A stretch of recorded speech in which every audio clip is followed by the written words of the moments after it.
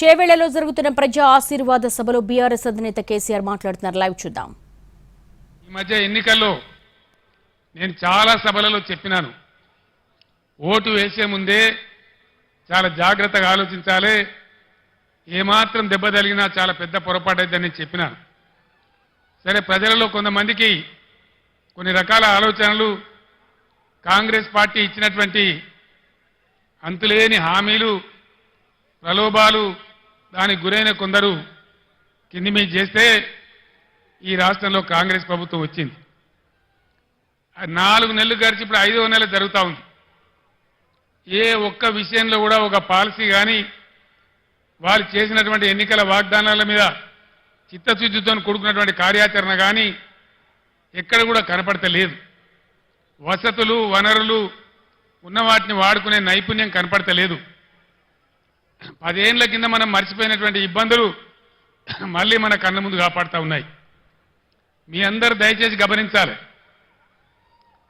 15 సంవత్సరాలు పోరాటం చేసి మీ అందరి దీవెనతోని, మద్దతుతోని ఆనాడు ఖమ్మం జైల్లో ఉండి అందించిన ఆరోగ్యం పాడైతే నిజాం ఆసుపత్రికి తరలించబడి 13వ రోజు దీక్ష చేరుకొని చచ్చిపోయే దిశకు పోయి సావు నోట్లో తలకాయ పెట్టి కూడా పోరాటం చేసి రాష్ట్రాన్ని మనం సాధించుకున్నాం.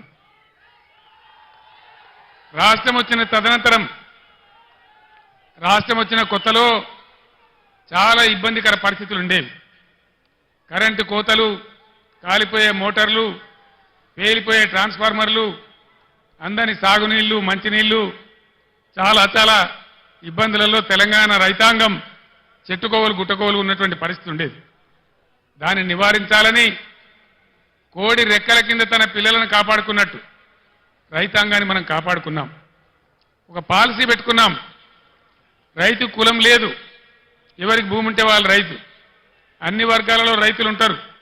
అందుకోసం వాళ్ళని కాపాడాలని, గ్రామాలు పట్టుకొమ్మలు కావాలని పట్టుబట్టి ఒక 5 పథకాలు పెట్టి, ప్రపంచంలోనే ఎక్కలేనటువంటి పథకాలు పెట్టి రైతాంగాన్ని కాపాడుకున్నాం. రైతు బంధు దేశంలోనే మొట్టమొదటిసారి ఎకరానికి 10,000 రూపాయలు ఇచ్చేటువంటి రైతు బంధు కార్యక్రమాన్ని తీసుకున్నాం. 24 గంటలు రెప్పపాటు పోకుండా, మోటార్ కాలకుండా, ట్రాన్స్ఫార్మర్ కాలకుండా ఉండే విధంగా నాణ్యమైన కరెంటు సరఫరా చేసుకున్నాం. రైతు చనిపోతే, ఒక గుంట భూమి ఉన్న రైతు చనిపోయినా ఆయనకు 5 లక్షల బీమా వారం 10 రోజుల్లో వచ్చేటట్టు ఏర్పాటు చేసుకున్నాం. అదేవిధంగా రైతుల పంట మొత్తం ప్రభుత్వమే కొనుగోలు చేసి నేరుగా వాళ్ళ బ్యాంకులలో రైతు బంధు వచ్చే విధంగా చేసుకున్నాం. అదేవిధంగా ఇట్లాంటి కార్యక్రమాలతోని రైతులలో ఒక ధీమా, ఒక ఆత్మవిశ్వాసం కల్పించగలిగినాం. అంబేద్కర్ గారు, వెనుకబడిన తరగతుల గురించి పోరాటం చేసిన జ్యోతిబా పూలే గారు చూపించిన మార్గంలో గత 70 ఏళ్లలో లేనటువంటి 1100 గురుకుల పాఠశాలలు, వాటన్నిటిని జూనియర్ కాలేజీలుగా మార్చుకున్నాం. అవన్నీ కూడా మీ కళ్ళ ముందర ఉన్నాయి. కులము, మతం లేకుండా దళితుల కోసం, గిరిజనుల కోసం, ముస్లిం వర్గాల కోసం, పేద వర్గాల కోసం, బలహీన వర్గాల కోసం 1100 రెసిడెన్షియల్ జూనియర్ కళాశాలలు ఈ రాష్ట్రంలో పెట్టుకున్నాం. దళిత బిడ్డలు, బీసీ బిడ్డలు, ఓసీ బిడ్డలలో కూడా నిరుపేదలు, గిరిజన బిడ్డలు ఎవరు కూడా విదేశాలకు పోయి చదువుకుందామంటే 20 లక్షల రూపాయల ఓవర్సీస్ స్కాలర్షిప్ ఇచ్చుకున్నాం. ఈరోజు ఇవన్నీ కూడా మాయమైనాయి. గత 5 నెలల్లో ఒక్క బిడ్డకు కూడా ఓవర్సీస్ స్కాలర్షిప్ ఈ ప్రభుత్వం ఇవ్వడం లేదు. దళిత వాడలు, ధనిక వాడలు కావాలని దేశంలోనే ఎక్కడ లేనటువంటి విప్లవాత్మకమైనటువంటి మార్పు, సంవత్సరానికి 1 లక్ష కుటుంబాలు, 2 లక్షల కుటుంబాలు బాగు చేసుకుంటూ పోవాలని 10 లక్షల రూపాయలు ఇచ్చుకుంటూ ఒక కుటుంబానికి దళిత బంధు కార్యక్రమాన్ని తీసుకున్నాం. ఈరోజు కాంగ్రెస్ పార్టీ వాళ్ళు చెప్పినారు, కేసీఆర్ 10 లక్షల రూపాయలు ఇస్తా ఉన్నాడు, మా ప్రభుత్వం వస్తే మేము 12 లక్షల రూపాయలు ఇస్తాం అని ఆనాడు వాళ్ళు మాయ మాటలు చెప్పినారు. 1,30,000 మంది దళితులకు బీఆర్ఎస్ గవర్నమెంట్లోనే దళిత బంధు శాంక్షన్ చేసినాం. ప్రొసీడింగ్స్ ఇచ్చినాం, డబ్బులు జిల్లా కలెక్టర్లకు పంపించినాం. 12 లక్షలు ఇస్తామని నమ్మబలికిన ఈ కాంగ్రెస్ ఏం చేసింది? ఈరోజు ఒక్కలకు కూడా ఇవ్వడం లేదు, 10 లక్షలు కూడా ఇవ్వడం లేదు. 12 లక్షలు కాదు, కలెక్టర్లకు వచ్చినటువంటి డబ్బులు అకౌంట్లన్నీ ఫ్రీజ్ చేసి ప్రభుత్వం వాళ్ళ డబ్బులు వాపసు తీసుకున్నది. నేను ఒక్కటే మాట మీకు మనవి చేస్తా ఉన్నా, దయచేసి దళిత సమాజంలో ఉండే మేధావులు, దళిత యువత మీరు తీవ్రంగా ఆలోచన చేయాలి. మౌనంగా ఉంటే మన సమస్యలు పరిష్కారం కావు. పోరాటం చేయకుండా ఇది రాదు. నేను ప్రభుత్వానికి కూడా హెచ్చరిక చేస్తా ఉన్నా, 1,30,000 మంది దళిత బిడ్డలను నేనే స్వయంగా తోడుకొని వచ్చి సెక్రటేరియట్ పక్కన అంబేద్కర్ కాడ దీక్ష బట్టి మీ మెడలు వంచి అవన్నీ కూడా వాళ్ళకి ఇప్పిస్తామని మనవి చేస్తా ఉన్నా. ఇవాళ దళిత బిడ్డలకు నేను మనవి చేస్తా ఉన్నా, మరో ఎలక్షన్ వచ్చింది, పార్లమెంట్ ఎలక్షన్. 5 నెలలు గడిచినాయి. కాంగ్రెస్ పార్టీ హామీ ఇచ్చి మీ గ్రామాలకు, మీ మండలాలకు, మీ పట్టణాలకు వచ్చే కాంగ్రెస్ నాయకులను మీరు నిలదీయండి, అడగండి. ప్రజాస్వామ్యంలో మనకు హక్కున్నది. ఏమయ్యా మా దళిత బంధు ఏమైంది, మా ప్రొసీడింగ్స్ ఎందుకు రద్దు చేసిండ్రు, మీరు 12 లక్షలు ఇస్తామన్నారు కదా, అవి ఎక్కడ పోయినాయి అని చెప్పి నిలదీయండి, అడగండి అని చెప్పి నేను మనవి చేస్తా ఉన్నా. ఇవన్నీ మనం మౌనం పాటిస్తే కాదు, సందర్భం వచ్చినప్పుడు స్పందించాలి, అడగాలి, నోరు తెరవాలి, పోరాటం చేయాలి. అప్పుడే సాధ్యమవుతుంది. దానికోసం రేపు మీ ఎంపీ కాబోయే జ్ఞానేశ్వర్ గారు మొత్తం బీఆర్ఎస్ పార్టీ మీకు అండగా ఉంటుందని కూడా నేను మీ అందరికి హామీ ఇస్తా ఉన్నా.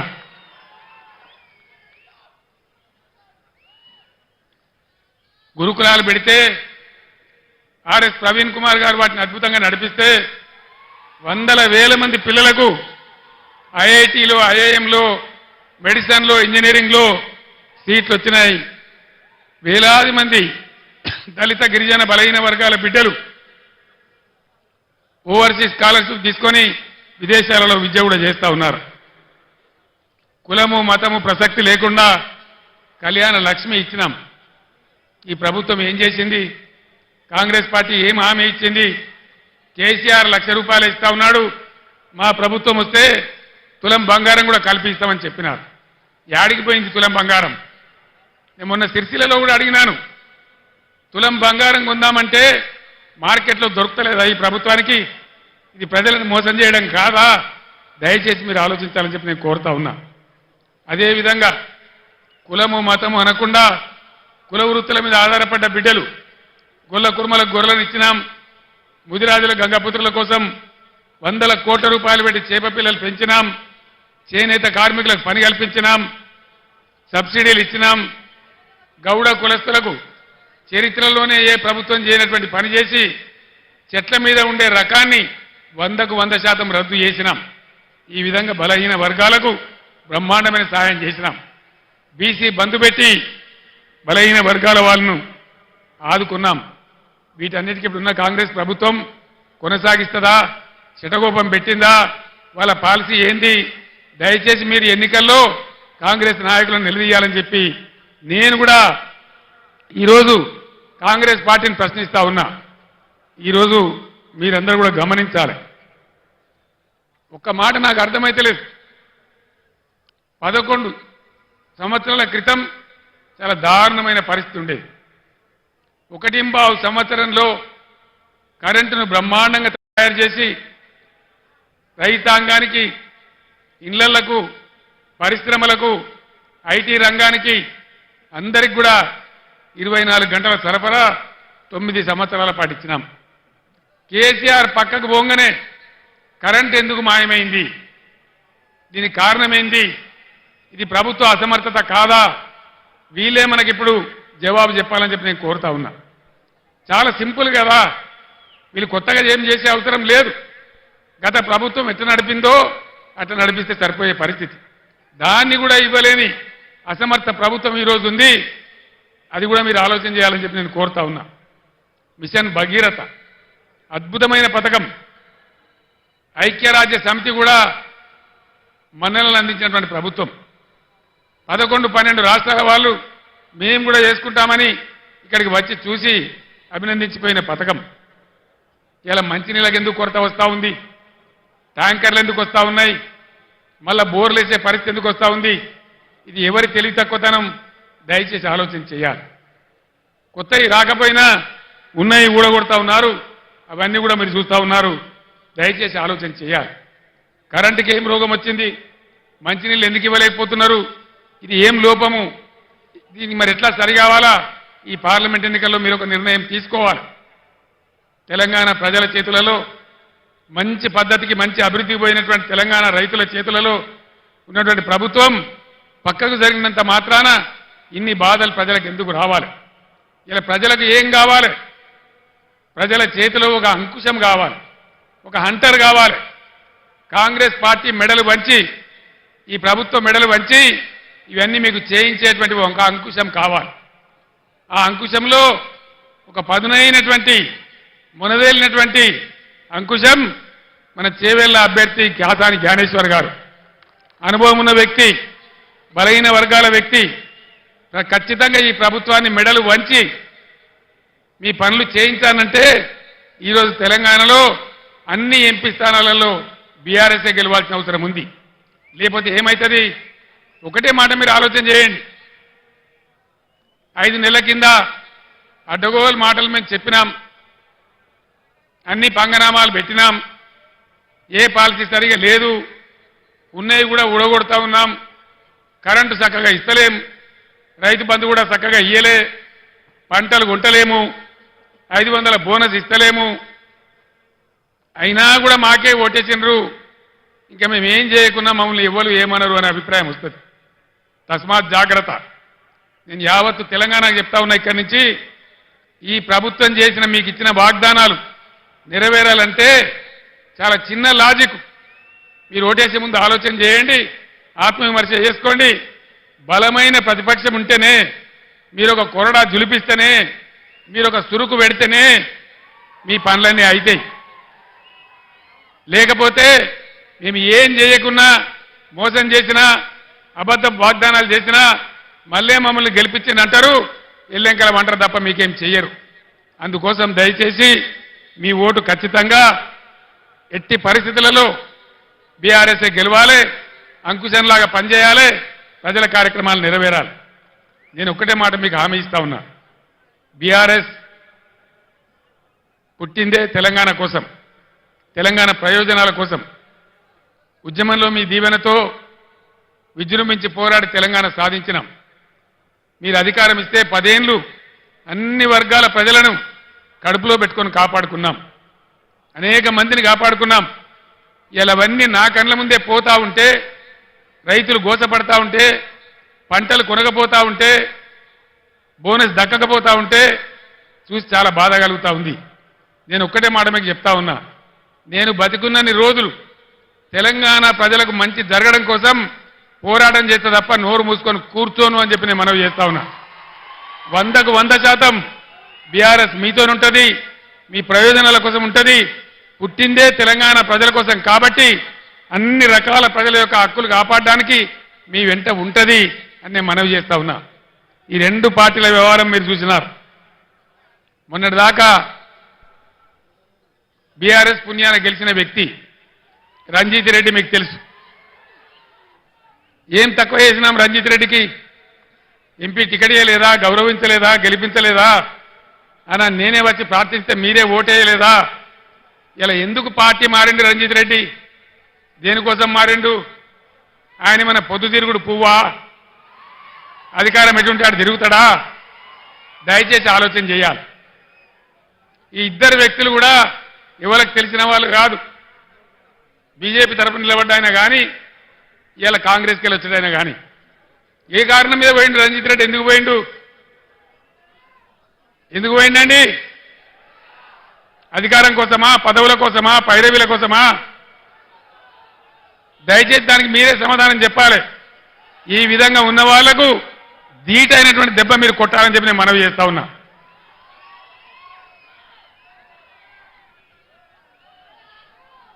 కాంగ్రెస్ పార్టీ చెప్పింది అన్ని పంటలు కొంటాం, ప్రతి పంటకు బోనస్ ఇస్తాం, జొన్నలు కొంటాం, కందులు కొంటాం, వడ్లు కొంటాం, మక్కలు కొంటామని చెప్పినారు. వానకాలం పంటలకు ఏకాని ఇయ్యలే. ఇలా యాసంగి కూడా కొనుగోలు స్టార్ట్ అయినాయి. ఇస్తారా ఇయ్యరా? ఇయ్యకపోతే ఊకుందామా? యుద్ధం చేద్దామా?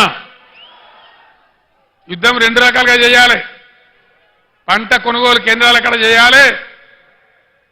అక్కడ స్పందన రాకపోతే 500 రూపాయలు కట్టియకపోతే ఓట్ల డబ్బాలు గుద్దుడు గుద్దితే డిపాజిట్ రాకుండా ఓడగొట్టాలి.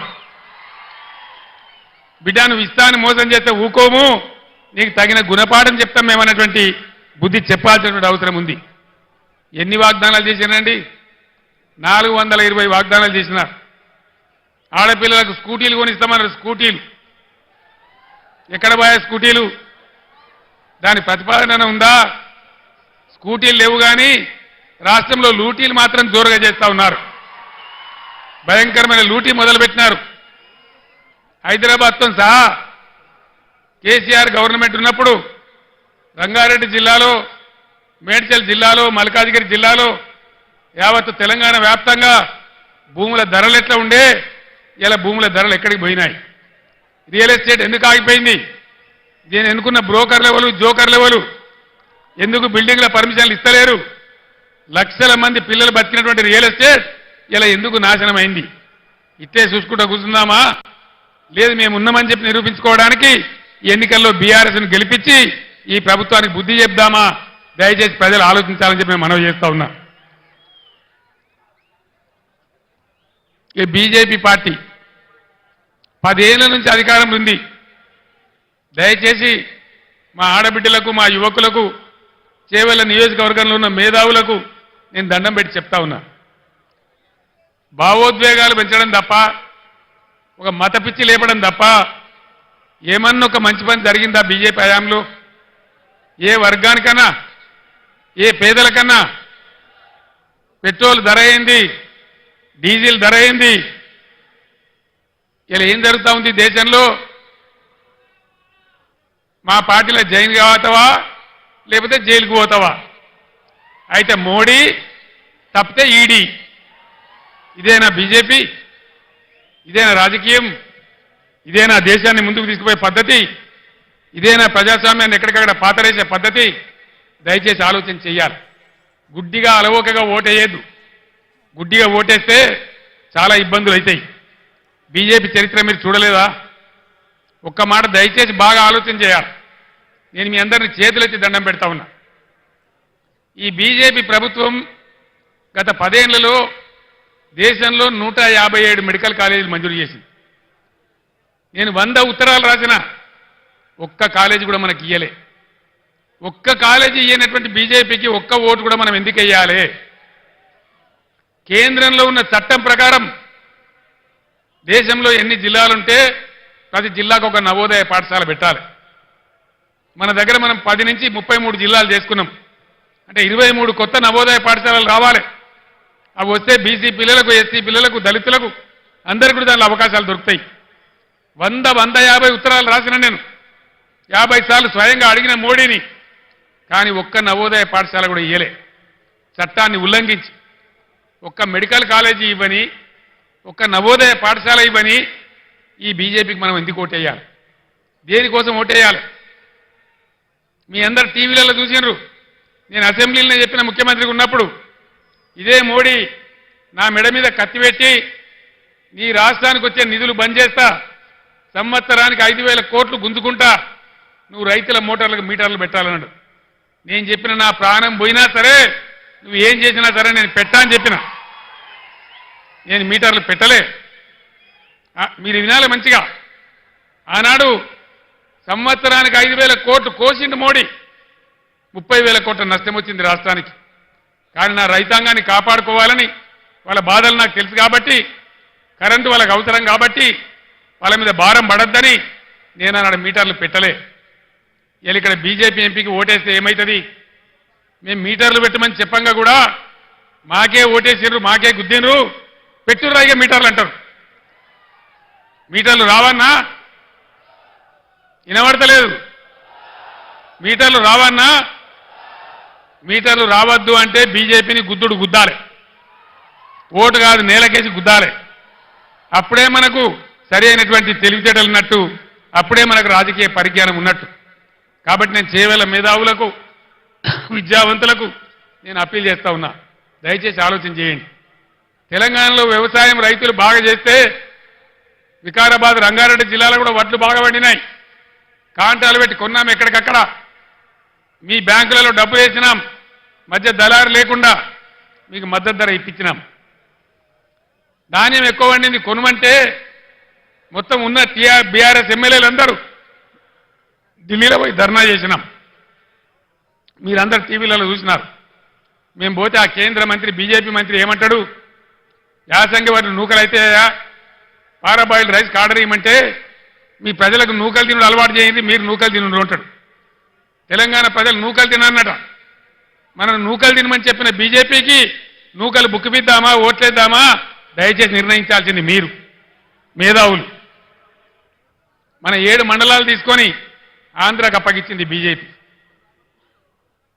మన సీలేరు ప్రాజెక్టు సంవత్సరానికి 300 మెగావాట్ల కరెంట్ వచ్చే ప్రాజెక్టును బలవంతంగా గుంజి ఆంధ్రాకు అప్పగించింది బీజేపీ.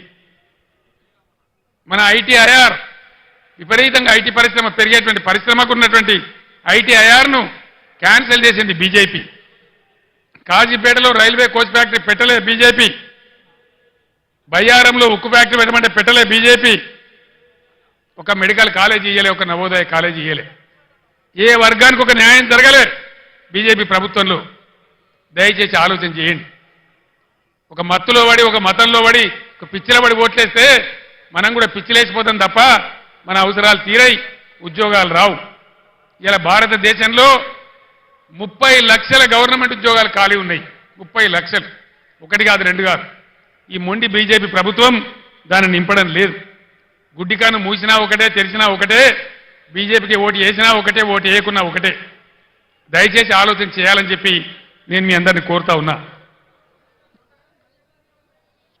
మనం వికారాబాద్ జిల్లాలో, రంగారెడ్డి జిల్లాలో ఎన్ని పరిశ్రమలు తెచ్చుకున్నాం. చేవేలను పెద్ద పారిశ్రామిక కేంద్రంగా చేసే ప్రయత్నాలు చేసుకున్నాం. షాబాద్లో వెల్స్పన్ ఫ్యాక్టరీ తెచ్చుకున్నాం. ఇంటర్నేషనల్ కైటెక్స్ ఫ్యాక్టరీ తెచ్చుకున్నాం. చందన్ వ్యాలీలో అమెజాన్, కటేరా, కుందానా, ఈస్టర్ కంపెనీలు ఏర్పాటు చేసుకున్నాం. సీతారాంపూర్లో ఎలక్ట్రానిక్ వెహికల్స్ తయారు చేసే కంపెనీ తెచ్చుకున్నాం. శ్రీ మీద రైల్వే కోచ్ ఫ్యాక్టరీని ఇదే నియోజకవర్గంలో పెట్టుకున్నాం. ఫైనల్గా వికారాబాద్, చేవెళ్ల, తాండూరు, పరిగి నియోజకవర్గాల కోసం నీళ్లు తేవడానికి పాలమూరు ఎత్తిపోతల పథకం పెట్టుకున్నాం. ఉద్దండాపూర్ రిజర్వాయర్ మన కోసమే నిర్మించుకున్నాం, మన చేవెళ్ల కోసం, రంగారెడ్డి కోసం. అది రాబోతా ఉన్నది. ఈ ప్రభుత్వం పాలసీ ఏంది, దాని మీద కూడా వీళ్ళు కుయ్యలేదు, కుట్టుకులేదు. కాబట్టి దయచేసి నేను మీ అందరినీ కోరేది, గత అనేక సంవత్సరాలుగా 35-40 సంవత్సరాలుగా బలహీన వర్గాల కోసం తన జీవితాన్ని దారబోసి, తన ఆస్తిని దారబోసి, ఆర్గనైజ్ చేసి బలహీన వర్గాల బిడ్డగా ఉన్నటువంటి మన జ్ఞానేశ్వర్ గారు మీ అందరికీ సుపరిచితులు. ఈ జిల్లాలో జిల్లా పరిషత్ చైర్మన్గా చేసినారు. మీ అందరికీ సేవలు కూడా అందించినారు. మీ అందరికీ కూడా నేను ప్రార్థించేది, ఇంతకుముందే కొందరు పెద్దలు చెప్పినారు, జ్ఞానేశ్వర్ గారు కూడా చెప్పినారు. నిన్న ఒక పెద్ద మనిషి మాట్లాడినాడు, మీకు బీసీలకు దమ్ముంటే, బీసీలకు పౌరుషం ఉంటే కాసాని జ్ఞానేశ్వర్ని గెలిచించి చూపియండి అన్నాడు. ఇక్కడున్న బలహీన వర్గాల మేధావులకు, విద్యార్థులకు, ఉద్యోగులకు నేను మనవి చేస్తా ఉన్నా, ఇవాళ అవకాశం ఉంది, రాని కాడ అవకాశం రాలేదు, లేని కాడ లేదు. ఉన్న కాడ ఒక బీసీ అభ్యర్థి ఉన్నాడు కాబట్టి, సమర్థుడు సీనియర్ నాయకుడు ఉన్నాడు కాబట్టి, ప్రజాసేవ చేసే గుణమున్న వ్యక్తి ఉన్నాడు కాబట్టి ఖచ్చితంగా కాసాని జ్ఞానేశ్వర్ గారి గెలుపు బీసీల అభివృద్ధికి మలుపు అని చెప్పి నేను మనవి చేస్తా ఉన్నా. ఇలా బీసీల శక్తి ఏందో, బీసీల రాజకీయ చైతన్యం ఏందో కాసాని జ్ఞానేశ్వర్ గారిని గెలిపించడంతో మీరు రుజువు చేయాలని చెప్పి నేను కోరుతా ఉన్నా. ఆ విధంగా ఏ రకంగా చూసినా ఈ రాష్ట్ర ప్రభుత్వం మెడలు వంచి మీకు ఇచ్చిన వాగ్దానాలు అమలు చేయించాలన్నా, బలహీన వర్గాలకు, బడుగులకు అందరికీ న్యాయం జరగాలన్నా, తెలంగాణ రాష్ట్రాన్ని మళ్ళా బ్రహ్మాండంగా ముందుకు తీసుకుపోయే పద్ధతులకు దారులు పడాలన్నా ఖచ్చితంగా ఇవాళ బీఆర్ఎస్ పార్టీ గెలవాల్సిందే. నేను ఈ రాష్ట్ర ప్రభుత్వాన్ని హెచ్చరిస్తా ఉన్నా, ధాన్యం వచ్చింది, రాష్ట్రంలో అక్కడక్కడ వర్షాలు పడతా ఉన్నాయి. మీరు తడిచిన ధాన్యం కూడా ఒక గింజ లేకుండా కొనాలి, రైతులకు న్యాయం చేయాలి. బీఆర్ఎస్ పార్టీ ప్రజల యొక్క మీరు ఇచ్చిన వాగ్దానాలు నెరవేర్చేదాకా ఖచ్చితంగా మీ వెంటబడి వేటాడుతుంది తప్ప మిమ్మల్ని వదిలిపెట్టే పరిస్థితి ఉండదని మనవి చేస్తూ, ఇలా ఈ సభకు నేను వస్తూ ఉంటే ఒక 300-400 బస్సులు దాటుకుంటూ వచ్చిన కార్తీక్ రెడ్డి గారు నేను కారులో కూర్చుంటూ వస్తూ ఉంటే ఇంకా 400-500 బస్సుల మంది ఇక్కడికి చేరనే లేదు. ఇంత పెద్ద ఎత్తున ఇక్కడికి మీరు తరలి వచ్చినారంటే కాసాని జ్ఞానేశ్వర్ గారి గెలుపు ఖాయమైందని చెప్పి నేను సంతోషాన్ని వ్యక్తం చేస్తూ మీ అందరికీ ధన్యవాదాలు తెలియజేస్తూ కారు గుర్తుకే ఓటేయాల్సిందిగా కోరుతూ నేను సెలవు తీసుకుంటా ఉన్నా. జై తెలంగాణ, జై తెలంగాణ. కారు గుర్తుకే, కారు గుర్తుకే. జై తెలంగాణ.